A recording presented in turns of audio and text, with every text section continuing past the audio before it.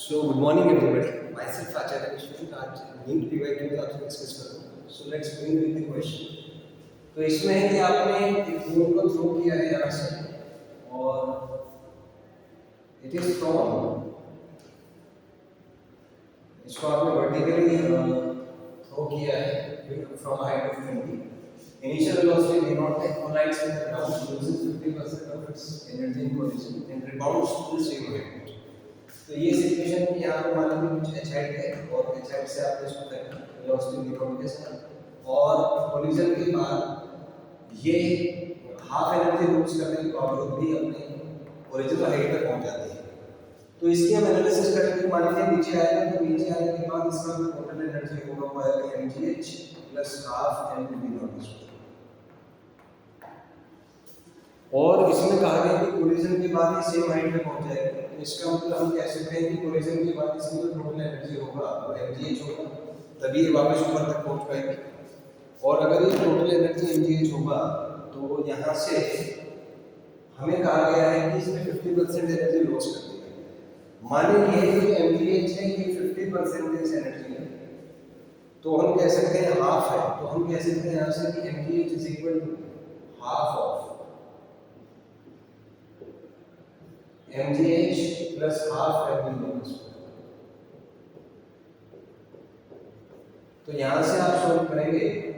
इसमें पूछा आपसे इनिशियल वेलोसिटी निकालो तो यहाँ से आप सॉल्व करेंगे तो ये आ जाएगा आपका twice mgh is equal to mgh plus half mv nought. तो यहाँ से सॉल्व करके आपका आ जाएगा mgh is equal to half mv naught square. तो यहाँ से अगर आप कैलकुलेशंस करेंगे तो v naught आपका √2gh आ जाएगा. तो यहाँ से √2 into 10 और हाइट शायद 20 आपको दिया हुआ था. It was 20. तो ये उसको 20 से मल्टीप्लाई कर दीजिए तो ये 20 मीटर पर सेकंड आ जाएगा. सो v will be करेक्ट हो जाएगा. इसका d हो जाएगा. नेक्स्ट यहाँ पे है next question. On a frictionless surface block of mass m moving at a speed v collides elastically with another block of same mass which is initially at rest. After collision first block moves at an angle theta to its initial direction and has a speed v by 3. The second block's speed after the collision is. इसमें second block का आपसे speed पूछा है collision के बाद. तो इसमें जो मोमेंटम कंजर्वेशन आपका यूज होगा और एक इसमें एनर्जी आप कंजर्व करेंगे. तो कोलाइड वेलोसिटी तो इनिशियली यहाँ पर मान लीजिए कि ये इसका एक्सप्रेशन है. इनिशियली कुछ v स्पीड से मूव कर रहा है. कोलिजन के बाद ये किसी थीटा से मूव करता है तो ये हम मान लेते हैं कुछ v डैश से मूव करता है. तो इनिशियल और फाइनल डायरेक्शन में मोमेंटम कंजर्वेशन करेंगे तो और कोलिजन इलास्टिक एक इक्वेशन आपका एनर्जी कंजर्वेशन से आ जाएगा. यहाँ से आप सॉल्व करेंगे तो रेडियस का वैल्यू कैलकुलेशंस के बाद ये आपका 2/3 दिया जाएगा. तो इसमें जो है इनिशियल और फाइनल केस में अच्छा इसमें वैसे मोमेंटम कंजर्वेशन की जरूरत पड़ेगी नहीं क्योंकि थीटा हमें पता नहीं. तो डायरेक्टली एनर्जी कंजर्वेशन से आपका रेडियस का वैल्यू 2/3 दिया जाएगा. तो इसका solution. Next is particle mass and is driven by machine that delivers a constant power. Particle starts from rest, force on the particle at rest. तो force को हम लिख सकते हैं as mass into acceleration. अब यहाँ पे power constant दिया हुआ है. Power होता है आपका force into velocity जो कि आपका power k दिया हुआ है. Force को लिख सकते हैं m into velocity is equal to k. a को लिखा जा सकता है यहाँ पे dv by dt. So m dv by dt को v is equal to k. यहाँ से आपका v into dv जो है ये k by m into dt आ जाएगा. तो इसको आप इंटीग्रेट कर दीजिए 0 से b. इसको इंटीग्रेट कर दीजिए 0 से b. तो यहाँ से आप इंटीग्रेट करेंगे तो ये आ जाएगा आपका v square by 2 is equal to kt by m. तो यहाँ से आप सॉल्व करेंगे ये आ जाएगा 2 kt by m. अब फोर्स होता है आपका मास इनटू एक्सेलरेशन. तो v अगर आप यहाँ से इसको डिफरेंशिएट कर दीजिए एक्सेलरेशन आ जाएगा आपका dv by इनफिनिटी से, और ये हो जाएगा आपका √2k/m, और √2 का डिफरेंशिएशन है 1/2k। यहाँ से आप k का वैल्यू करते हैं, तो यहाँ से फोर्स आपका आ जाएगा mass into √2k/m into 1/2।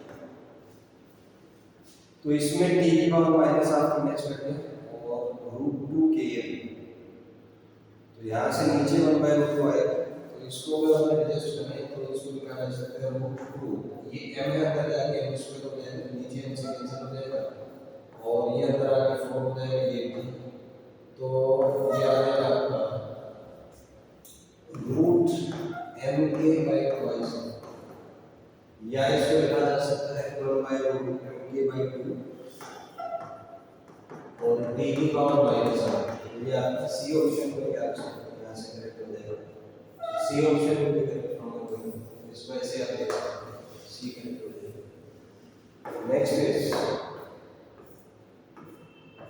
Next question है, two particles of masses moving with initial velocity given on collision, one of the particles gets excited to higher level after absorbing energy.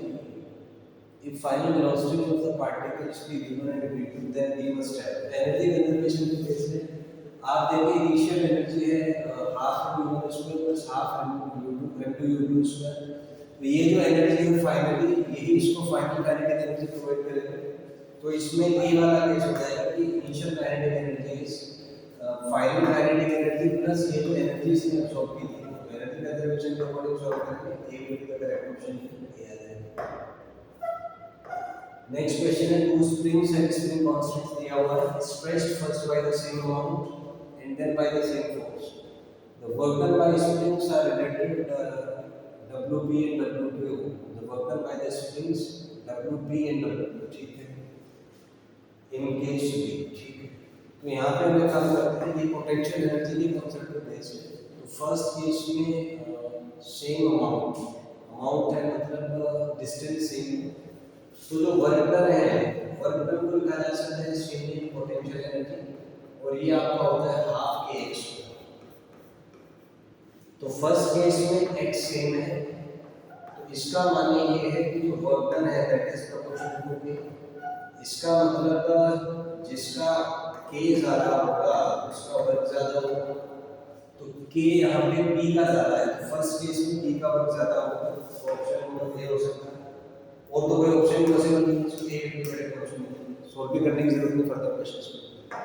Next आप देखें question 35, body का मास दिया हुआ experiment में है, suddenly explodes into three pieces, momentum conservation के case है, तो ये रिपीट हो रहा है question, total kinetic energy generated, ये पहले भी क्वेश्चन आया हुआ है कि मोमेंटम कंजर्वेशन से v डैश निकालेंगे और वहां से टोटल काइनेटिक एनर्जी आप सबका ऐड कर दीजिए, वहां से आ जाएगा, ये पहले भी रिपीट हो रहा है क्वेश्चन, जैसे कि यहां से आपका v डैश आ गया, इसका मैग्नीट्यूड आ जाएगा, फिर फाइनल काइनेटिक एनर्जी दोनों को ऐड कर दीजिए, so that will be 3/2 equation, आसानी से सॉल्व कर सकते हैं।